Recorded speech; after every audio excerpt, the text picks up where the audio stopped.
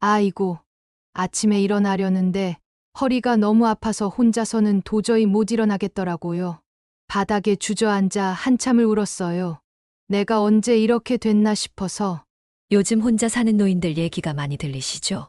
간병인은 돈 많이 든다지. 요양원은 학대 문제가 심각하다지. 그럼 결국 우리 노인네들은 남은 생을 어떻게 살아야 할까요? 저는 올해 73세 김영자입니다.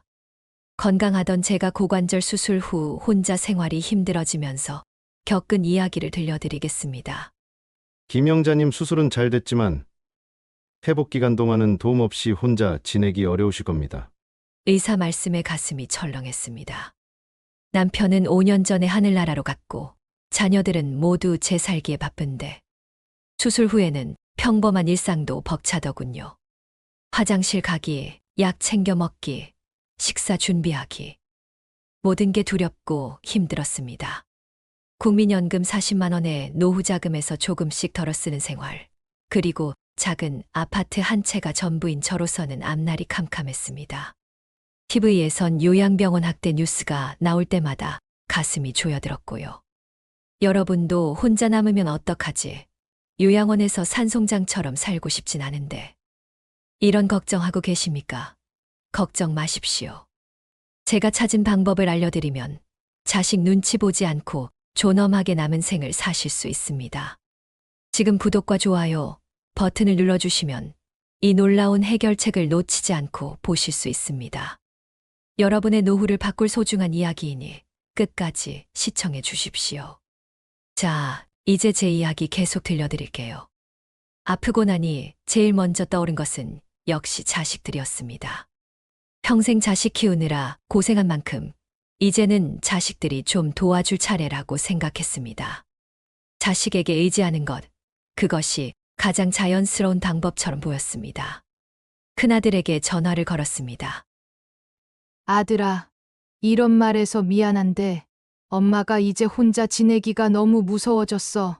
다리도 아프고 밤에 화장실 가다 넘어질까봐 겁도 나고. 혹시 너희 집에 가서 같이 지낼 수는 없을까? 전화기 너머로 잠시 침묵이 흐르더니 아들의 목소리가 들렸습니다.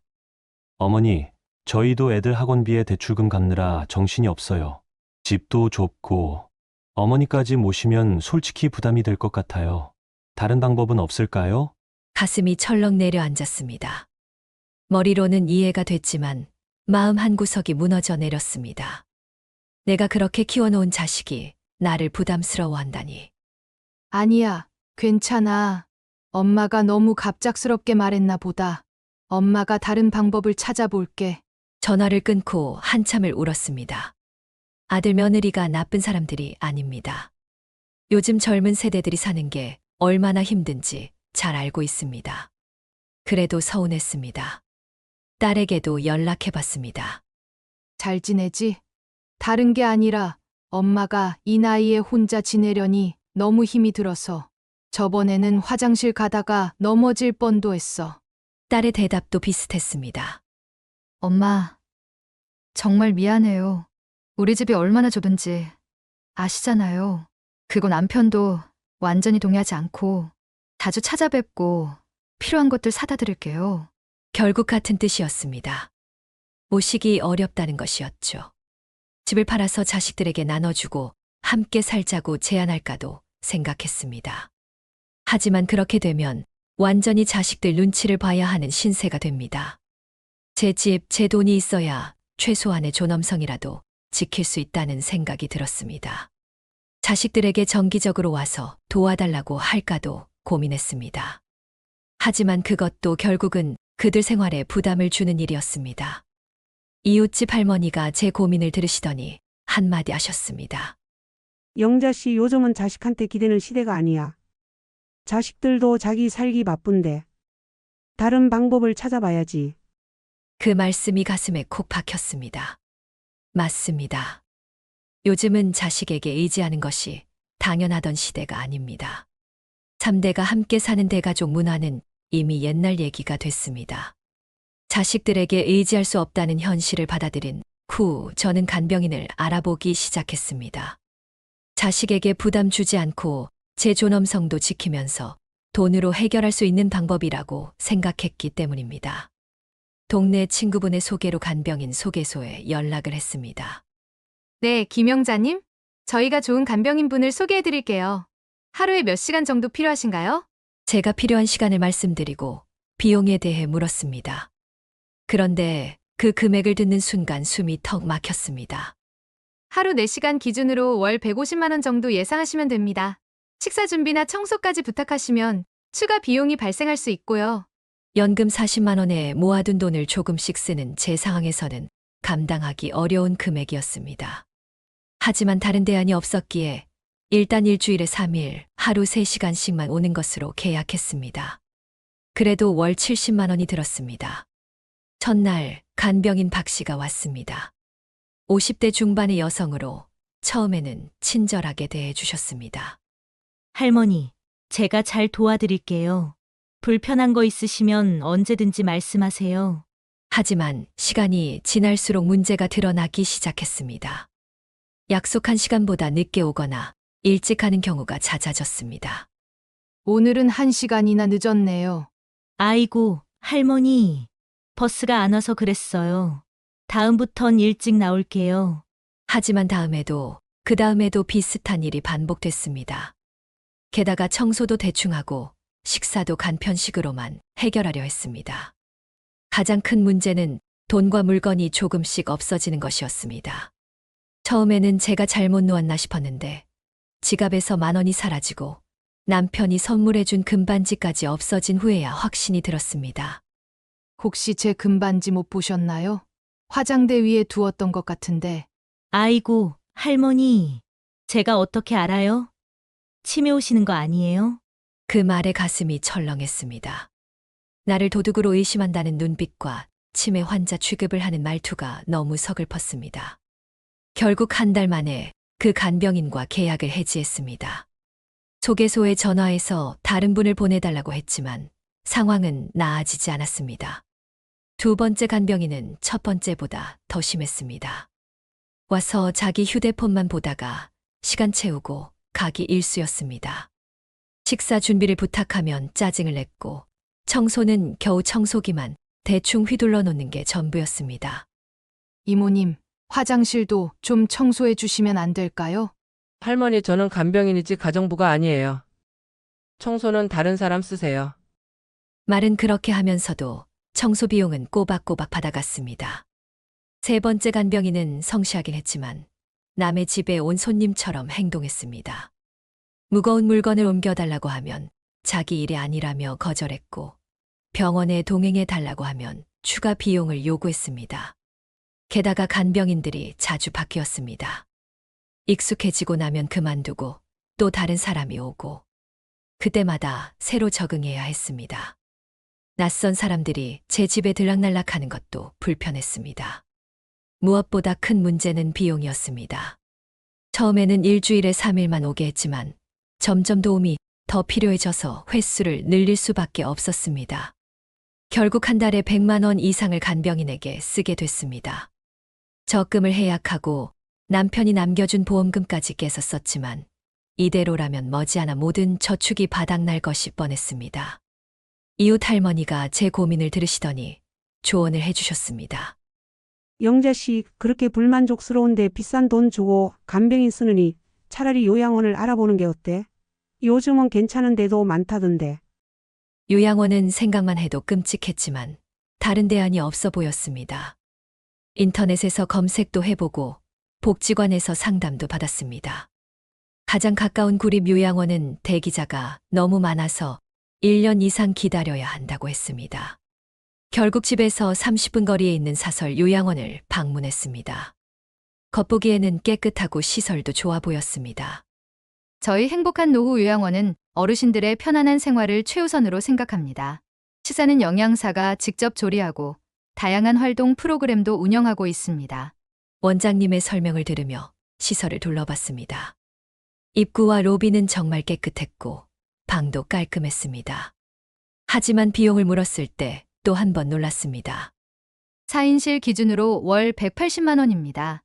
장기요양보험이 적용되면 본인 부담금은 약 90만 원 정도고요. 2인실은 240만 원, 1인실은 300만 원입니다. 국민연금 40만 원으로는 턱없이 부족했습니다. 집을 담보로 대출을 받아야 할지도 모르는 상황이었습니다. 그래도 어쩔 수 없다는 생각에 우선 장기요양 등급 신청을 했습니다. 다행히 3등급을 받게 되어 요양원 비용의 일부를 지원받을 수 있었습니다. 아들과 딸에게 나머지 비용을 조금씩 부담해달라고 부탁했고 그들도 마지못해 동의했습니다. 드디어 입소하는 날 가슴이 무거웠습니다. 40년 넘게 살아온 집을 떠나는 것이 너무 서글펐습니다. 평생 모은 물건들 중 필요한 것만 조금 챙기고 나머지는 정리할 수밖에 없었습니다. 할머니, 행복한 노후의 가족이 되신 것을 환영합니다. 저희가 잘 모시겠습니다. 상냥한 간호사의 인사를 받으며 제 방으로 안내받았습니다. 4인 씨였는데 다른 3분은 이미 계셨습니다. 한 분은 치매가 심해서 계속 중얼거리셨고 다른 분은 거동이 거의 불가능해 보였습니다. 첫날부터 적응하기 힘들었습니다. 밤새 옆 침대 할머니의 신음소리와 간호사들이 오가는 소리에 잠을 이룰 수 없었습니다. 식사는 병원 식판에 담겨 나왔는데 간이 전혀 되지 않은 음식이었습니다. 건강에 좋다는 명목으로 맛도 없고 식욕도 돋우지 않는 음식을 먹어야 했습니다. 활동 프로그램이라는 것도 실망스러웠습니다. 큰 방에 모여서 풍선 던지기를 하는데 대부분의 어르신들은 무관심하게 앉아만 계셨습니다. 내 나이에 내 상황에 맞는 의미 있는 활동은 찾아볼 수 없었습니다. 가장 충격적인 것은 목욕 시간이었습니다. 일주일에 한 번 정해진 날에 단체로 목욕을 시켰습니다. 한꺼번에 여러 노인들이 들어가서 간병인 2명이 씻겨주는 방식이었습니다. 아니, 저는 혼자 씻을 수 있는데요. 할머니, 다른 어르신들도 다 같이 하시니까 협조해 주세요. 평생 남들 앞에서 옷을 벗어본 적 없는 제가 다른 사람들 앞에서 알몸이 되어야 했습니다. 너무 수치스러웠고 인격이 무시당하는 느낌이었습니다. 밤에는 일찍 소등을 했습니다.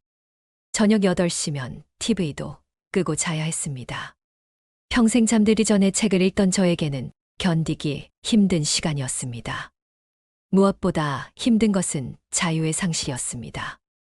내 집에서는 내가 원할 때 먹고 자고 다니던 사람이었는데 이곳에서는 모든 것이 시간표에 맞춰 움직여야 했습니다. 입소한 지 1달쯤 지났을 때 옆방 할머니가 돌아가셨습니다. 그런데 그 과정이 너무 비인간적이었습니다. 아침에 숨을 쉬지 않는 것을 발견하고 직원들이 황급히 시신을 치운 후 몇 시간 만에 새로운 입소자가 들어왔습니다. 마치 아무 일도 없었던 것처럼요. 그날 밤 저는 생각했습니다. 나도 저렇게 죽을 건가? 아무도 옆에 없이 병원 같은 차가운 침대에서. 자식들은 한 달에 1~2번 정도 면회를 왔지만 매번 시계를 보며 서두르는 모습이었습니다. 그들의 삶에 부담을 주는 것 같아 마음이 아팠습니다. 그리고 요양원은 병원이 아니라서 간단한 투약 관리와 기본적인 케어만 가능했습니다. 관절통이 심해질 때면 진통제만 주거나 물리치료실에서 간단한 치료만 받을 수 있었습니다. 전문적인 치료가 필요하면 외부 병원을 이용해야 했는데 이때도 가족의 도움이 필요했습니다. 2달이 지났을 때 저는 더 이상 견딜 수 없다고 느꼈습니다. 이곳에서는 살아있는 사람이 아니라 관리 대상 번호표에 불과했습니다. 존엄성과 자유를 완전히 잃어버린 채로는 살고 싶지 않았습니다. 결국 퇴소를 결정했습니다. 직원들은 놀라워했고 만류했습니다. 김영자님, 혼자 생활하시기 어려우실 텐데 정말 나가실 건가요? 네, 내 집에서 내 방식대로 살다 죽고 싶습니다. 아들에게 전화했습니다. 엄마 요양원에서 나갈래? 차라리 집에서 혼자 사는 게 나을 것 같아. 어머니, 또 간병인 쓰시게요? 그럼 또 돈 문제로 고생하실 텐데. 그건 내가 알아서 할게. 엄마 나 좀 데리러 와줘. 결국 요양원을 나와 집으로 돌아왔지만 또다시 제자리로 돌아온 것 같았습니다. 몸은 여전히 불편했고 혼자 생활하기는 힘들었습니다. 자식들에게 의지할 수도 간병인을 계속 쓸 돈도 없었고 요양원은 다시는 가고 싶지 않았습니다. 그날 밤 저는 완전히 절망했습니다. 모든 방법이 실패로 돌아간 것 같았습니다. 집 안은 먼지가 쌓여 있었고 냉장고는 거의 비어 있었습니다. 다시 혼자 살아야 한다는 현실이 무겁게 다가왔습니다. 나는 이제 어떻게 해야 하나라는 생각이 꼬리에 꼬리를 물었습니다. 남편이 살아있을 때는 이런 걱정 없이 살았는데 혼자가 되니 모든 것이 힘들었습니다. 다음 날 아침 손이 떨려서 약병을 떨어뜨렸습니다.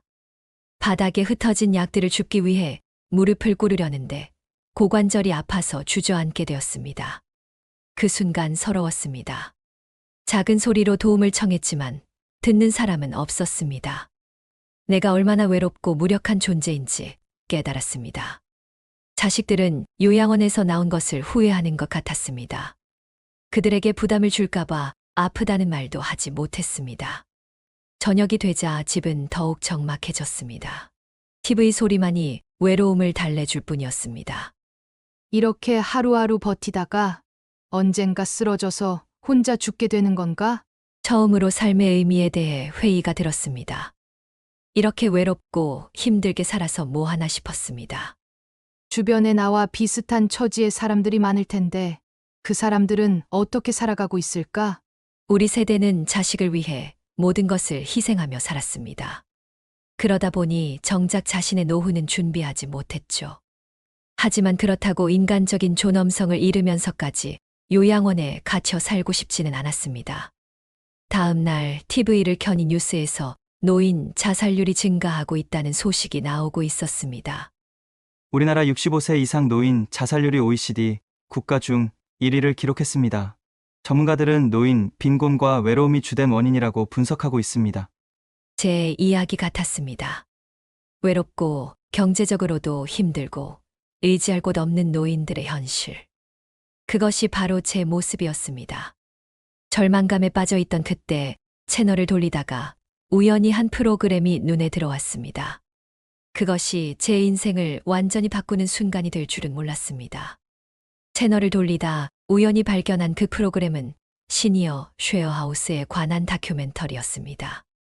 처음에는 그저 흘려보려 했는데 화면 속 할머니들의 모습이 너무 행복해 보여서 리모컨을 내려놓았습니다.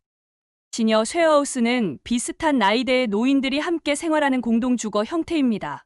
각자의 독립된 방을 가지면서도 거실, 주방 등 공용 공간은 함께 사용합니다. 화면 속에는 서너 명의 할머니들이 함께 식사를 준비하고 이야기를 나누고 때로는 서로의 건강을 챙기는 모습이 담겨 있었습니다. 혼자 살 때는 너무 외로웠어요. 하지만 여기서는 항상 대화할 사람이 있고 누군가 내 안부를 물어봐 주니까 정말 좋아요. 인터뷰하는 할머니의 말이 가슴에 와닿았습니다. 그 모습이 바로 제가 원하던 것이었습니다. 자유롭지만 외롭지 않은 삶. 다큐멘터리는 계속해서 쉐어하우스의 장점을 설명했습니다. 주거비와 생활비를 나눠 부담하기 때문에 경제적 부담이 줄어듭니다. 또한 서로 도움을 주고받으며 간병인을 쓰는 비용도 절감할 수 있습니다. 이 말에 귀가 번쩍 뜨였습니다. 비용 문제는 제게 가장 큰 고민이었으니까요. 연금 40만 원으로는 간병인도 요양원도 감당하기 어려웠습니다. 무엇보다 중요한 것은 정서적 안정입니다. 비슷한 나이, 비슷한 경험을 가진 사람들과 함께하면서 서로를 이해하고 위로받을 수 있습니다. 프로그램이 끝날 무렵 다큐멘터리에 나온 쉐어하우스 연락처를 급하게 메모했습니다. 그리고 바로 전화를 걸었습니다. 안녕하세요. 방금 TV에서 보고 전화드립니다. 시니어 쉐어하우스에 대해 더 알고 싶어서요. 친절한 여성의 목소리가 전화기 너머로 들려왔습니다. 네, 어르신. 저희는 황혼의 동행이라는 시니어 쉐어하우스 매칭 서비스를 운영하고 있습니다. 비슷한 성향과 조건을 가진 분들을 연결해 드리고 있어요. 그 다음 날 직접 황혼의 동행 사무실을 찾아갔습니다. 그곳에서 만난 박 대표는 40대 중반의 여성으로 어머니를 요양원에 모시면서 느낀 문제점들 때문에 이 사업을 시작했다고 했습니다. 요양원은 많은 노인분들께 맞지 않아요. 아직 건강하시고 독립적으로 생활하실 수 있는 분들께는 너무 제한적인 환경이니까요. 하지만 완전히 혼자 사는 것도 어렵고 그래서 중간 형태인 쉐어하우스를 제안하게 됐습니다. 박 대표는 이어서 쉐어하우스의 여러 형태를 설명해 주었습니다. 첫 번째는 집 주인이 남는 방을 시니어에게 임대하는 형태입니다. 두 번째는 비슷한 처지의 노인 2명에서 4명이 함께 집을 임대해 사는 형태고요. 세 번째는 자기 집이 있는 노인분들이 한 집에 모여 살면서 다른 집은 임대 수입으로 활용하는 방식입니다. 그 말을 듣는 순간 머릿속에 번쩍 아이디어가 떠올랐습니다. 저에게는 아파트가 있었고 다른 사람들도 집이 있을 테니 세 번째 방식이 가능할 것 같았습니다. 그럼 제가 가진 집을 임대로 내놓으면서 다른 분들과 함께 한 집에서 살 수도 있나요? 네, 가능합니다. 실제로 그렇게 하시는 분들이 많아요. 자기 집 임대 수입으로 공동생활 비용을 충당하시면 경제적으로도 큰 도움이 되죠. 박 대표는 제게 현재 쉐어하우스를 구하고 있는 다른 노인분들의 프로필을 보여주었습니다. 70대 초반의 할머니 3분이 계셨는데 모두 저와 비슷한 상황이었습니다. 홀로 되었고 자녀들은 멀리 살고 있으며 독립적인 생활을 원하지만 완전히 혼자 사는 것은 두려워하는 분들이었습니다. 이분들과 한번 만나보시겠어요? 서로 이야기를 나눠보시고 맞는다 싶으시면 함께 시작해보시는 건 어떨까요? 처음에는 낯선 사람들과 함께 산다는 것이 걱정되었습니다. 하지만 요양원에서 완전히 낯선 사람들과 지내는 것보다는 나을 것 같았고, 무엇보다 자유롭게 내 방식대로 살 수 있다는 점이 매력적이었습니다. 네, 한번 만나보고 싶습니다. 그렇게 저는 첫 걸음을 내딛게 되었습니다. 그때는 몰랐습니다. 이 선택이 제 인생에 남은 시간을 얼마나 행복하게 바꿔놓을지. 다음 주 토요일 황혼의 동행 사무실에서 예비 동거인들과의 첫 만남이 있었습니다. 긴장되는 마음으로 약속 장소에 도착했더니 이미 3분의 할머니가 와 계셨습니다. 안녕하세요. 김영자입니다. 처음 뵙겠습니다. 3분은 각각 박순자, 이미경, 최영희 할머니였습니다. 모두 남편을 먼저 떠나보내고 혼자 생활하고 계셨습니다. 저도 요양원에 잠시 있었는데 너무 갑갑해서 나왔어요. 그런데 혼자 살자니 막막하더라고요. 박순자 할머니의 말에 모두 고개를 끄덕였습니다. 우리는 금세 공감대를 형성했습니다. 자녀들에게 부담 주기 싫은 마음, 요양원의 자유 없는 생활에 대한 거부감, 혼자 살기의 두려움. 모두 비슷한 경험과 감정을 가지고 있었습니다. 박 대표의 주선으로 우리는 이미 쉐어하우스로 운영 중인 집을 방문했습니다. 넓은 아파트였는데 각자의 방이 따로 있고 거실과 주방은 함께 사용하는 구조였습니다. 저희는 3년째 함께 살고 있어요. 처음엔 어색했지만 이제는 서로가 없으면 못 살 것 같아요. 그곳에 사는 할머니들은 매우 만족스러워 보였습니다. 그들의 일상은 자유롭고 활기찼습니다. 서로 도우며 살지만 각자의 프라이버시도 존중받는 모습이었습니다. 식사는 어떻게 하세요? 당번제로 해요. 하루에 한 명씩 돌아가면서 식사를 준비하고 나머지는 설거지나 청소를 담당하죠. 식비도 공동으로 모아서 사용해요. 식사 당번이 돌아오는 건 3, 4일에 한 번뿐이니 혼자 살 때보다 훨씬 편해요. 아프면 어떻게 하세요? 서로 챙겨주죠. 감기 정도는 누군가 약을 사다 주고 병원에 가야 할 때는 동행해주고 정말 위중할 때만 자녀들에게 연락해요. 가장 놀라운 것은 경제적인 부분이었습니다.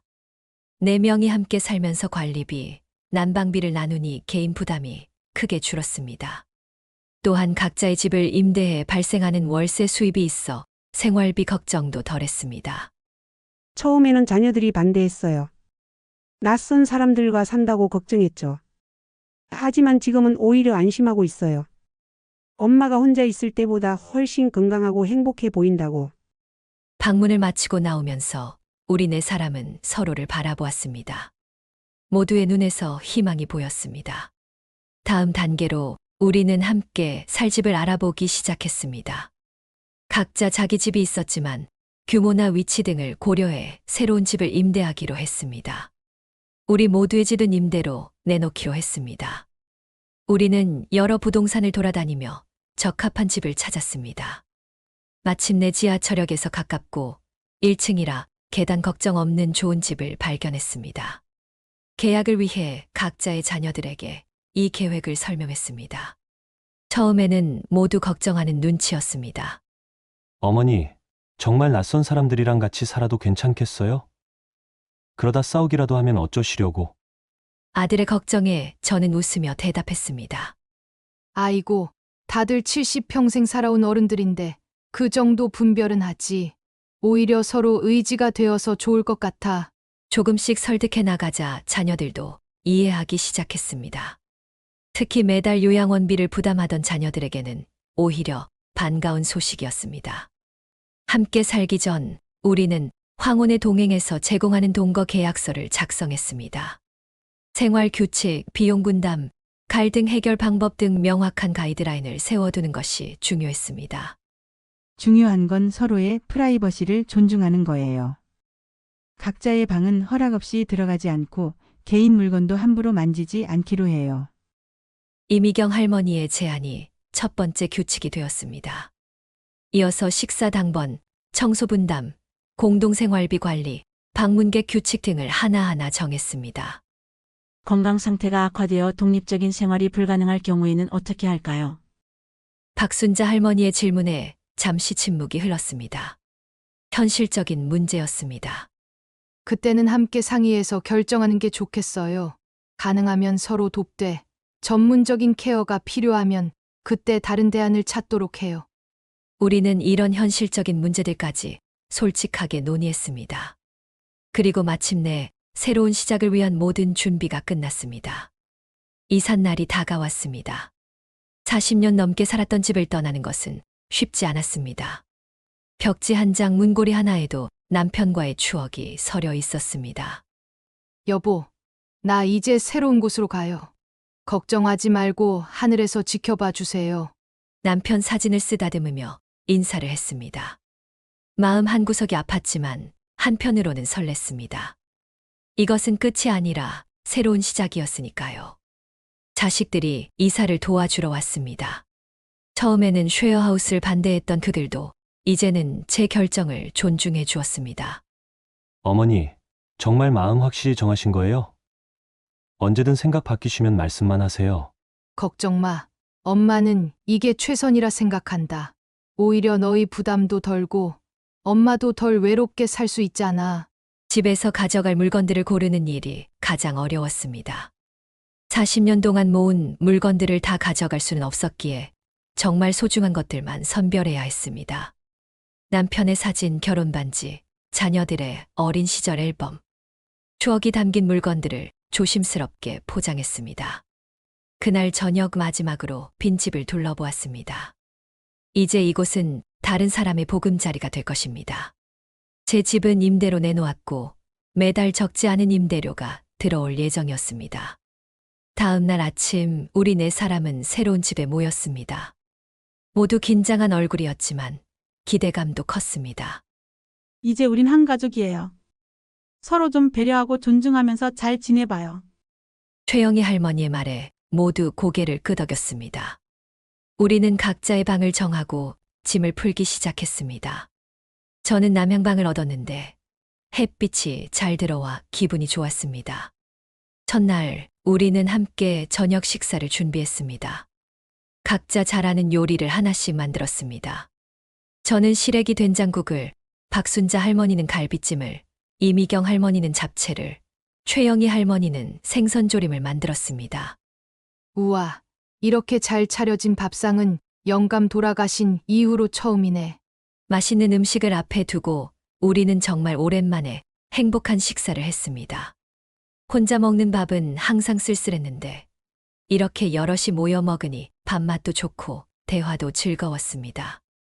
물론 처음부터 모든 것이 순조로웠던 것은 아닙니다. 살면서 작은 갈등들이 있었습니다. 청소 문제, 세탁기 사용 시간, 텔레비전 채널 선택 등 사소한 일들로 의견 충돌이 있었습니다. 형님, 세탁기 돌리실 때 제 양말도 좀 같이 넣어주실 수 있어요? 아이고, 내 것만 해도 꽉 차는데 어떻게 같이 넣어? 다음에 돌려.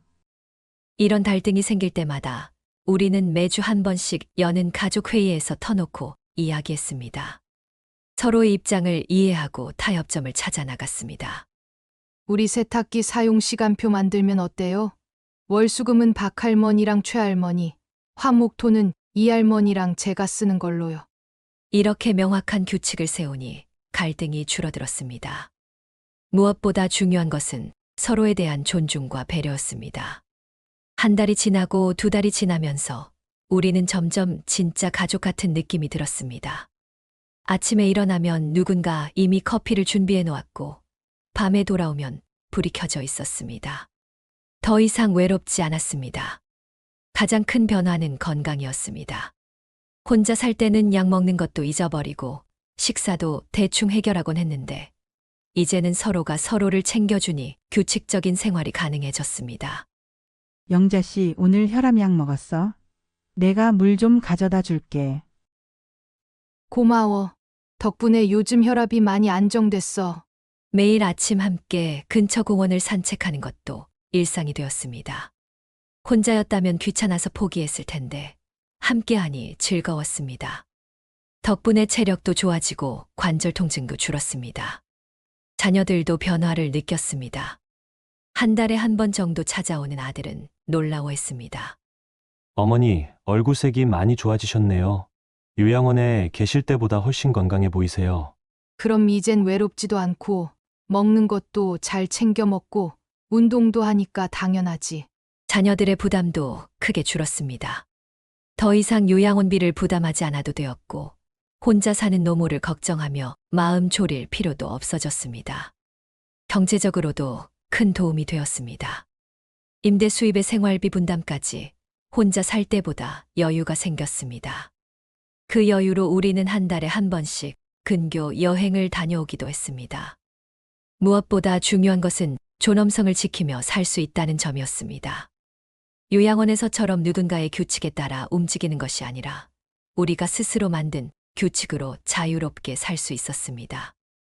이제 우리는 요양원에 갇혀 살 필요도 없고 자식들 눈치 볼 필요도 없는 거예요. 이게 바로 우리가 그토록 찾던 답이었네요. 최영희 할머니의 말에 우리 모두 고개를 끄덕였습니다. 그렇습니다. 이것이 바로 우리가 찾던 답이었습니다. 쉐어하우스 생활을 시작한 지 어느덧 1년이 흘렀습니다. 처음에는 낯설었던 공동생활이 이제는 너무나 자연스러워졌습니다. 무엇보다 제 삶의 질이 완전히 바뀌었습니다. 혼자 살 때는 식사도 대충, 약도 제때 먹지 않았는데 이제는 균형 잡힌 식사와 규칙적인 생활을 하게 되었습니다. 영자 씨, 이거 약재들 좀 샀어. 우리 다리 아픈 거 좋다던 약재로 삶은 건데 한 잔씩 해서 마셔봐. 박순자 할머니는 한약에 관심이 많아 자주 약재를 사와 다려주곤 했습니다. 덕분에 제 관절통도 많이 나아졌습니다. 경제적으로도 큰 도움이 되었습니다. 제 아파트를 임대해 월 80만 원의 수입이 생겼고 생활비를 4명이 나누니 부담도 크게 줄었습니다. 국민연금 40만 원과 임대 수입으로 생활하니 더 이상 저축을 까먹지 않아도 되었습니다. 정서적인 변화도 컸습니다. 더 이상 외롭지 않았고 항상 대화할 사람이 있어 우울감도 사라졌습니다. 밤에 갑자기 아파도 누군가 도와줄 사람이 있다는 안정감이 얼마나 컸는지 모릅니다. 작년 겨울 한밤중에 심한 복통이 왔을 때 세 분이 모두 일어나 응급실까지 동행해 주었습니다. 급성 충수염이었는데 혼자 있었다면 위험할 뻔했습니다. 사회적으로도 활발해졌습니다. 4명이 함께 노인대학에 등록해 컴퓨터도 배우고 노래교실, 요가 수업도 들었습니다. 영자 씨, 이번 노래교실 발표에서 우리 같이 듀엣 해보자. 내가 어제 들어보니까 영자 씨 목소리가 되게 좋던데. 건강 상태도 눈에 띄게 좋아졌습니다. 요양원에 있을 때보다 혈압이 안정되고 당뇨 수치도 정상으로 돌아왔습니다. 김영자님, 1년 전보다 건강 상태가 많이 좋아지셨네요. 무슨 특별한 비결이라도 있으신가요? 특별한 건 없어요. 그냥 함께 사는 친구들이 생겨서 즐겁게 지내다 보니 그런가 봐요. 자녀들도 변화를 느꼈습니다. 요양원에 계실 때는 항상 표정이 어두웠는데 이제는 웃음이 끊이지 않는다며 기뻐했습니다. 가장 큰 변화는 미래에 대한 불안감이 사라진 것이었습니다. 더 이상 혼자 아프면 어떡하지? 넘어지면 누가 발견할까 같은 두려움에 시달리지 않게 되었습니다. 우리는 서로에게 응급 상황 경보를 공유하고 건강이 악화되면 어떻게 할지도 솔직하게 논의했습니다. 자녀들에게는 말하기 어려운 이야기들도 비슷한 처지의 친구들과는 편하게 나눌 수 있었습니다. 혈연은 아니지만 선택으로 맺어진 이 새로운 가족 관계는 우리 모두에게 제2의 인생을 선물해 주었습니다. 우리 쉐어하우스는 이제 동네에서 행복한 할머니들의 집이라고 불린다고 합니다. 가끔 비슷한 고민을 가진 노인분들이 찾아와 조언을 구하기도 하죠. 저도 혼자 살기 너무 힘들어서요. 어떻게 시작하셨는지 알려주세요. 지난 3년간 배운 것들을 정리해 여러분께 조언을 드립니다. 첫째, 자식에게 의존하는 것만이 답이 아닙니다.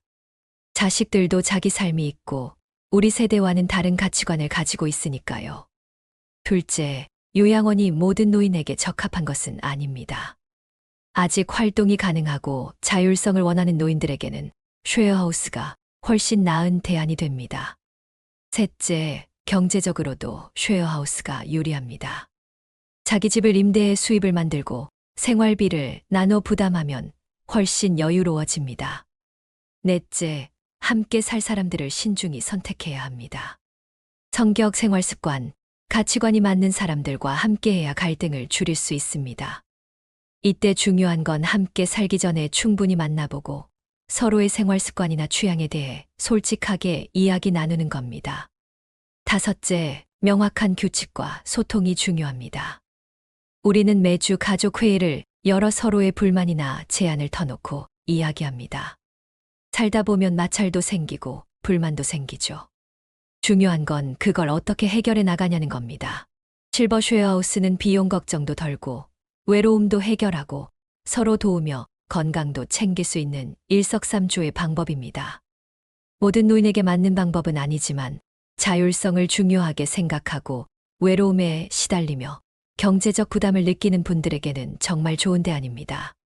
비슷한 고민을 하고 계신 분들, 용기를 내어 새로운 선택을 해보세요. 처음에는 낯설고 두렵겠지만 그 선택이 여러분의 남은 인생을 완전히 바꿔놓을 수도 있습니다. 나이 들어서도 새로운 시작은 가능해요. 두려워하지 마세요. 지금이라도 늦지 않았습니다. 여러분도 행복한 노후를 보내시길 바랍니다. 이 영상이 작은 희망이 되었길 바랍니다. 구독과 좋아요, 그리고 여러분의 생각을 댓글로 남겨주세요. 감사합니다.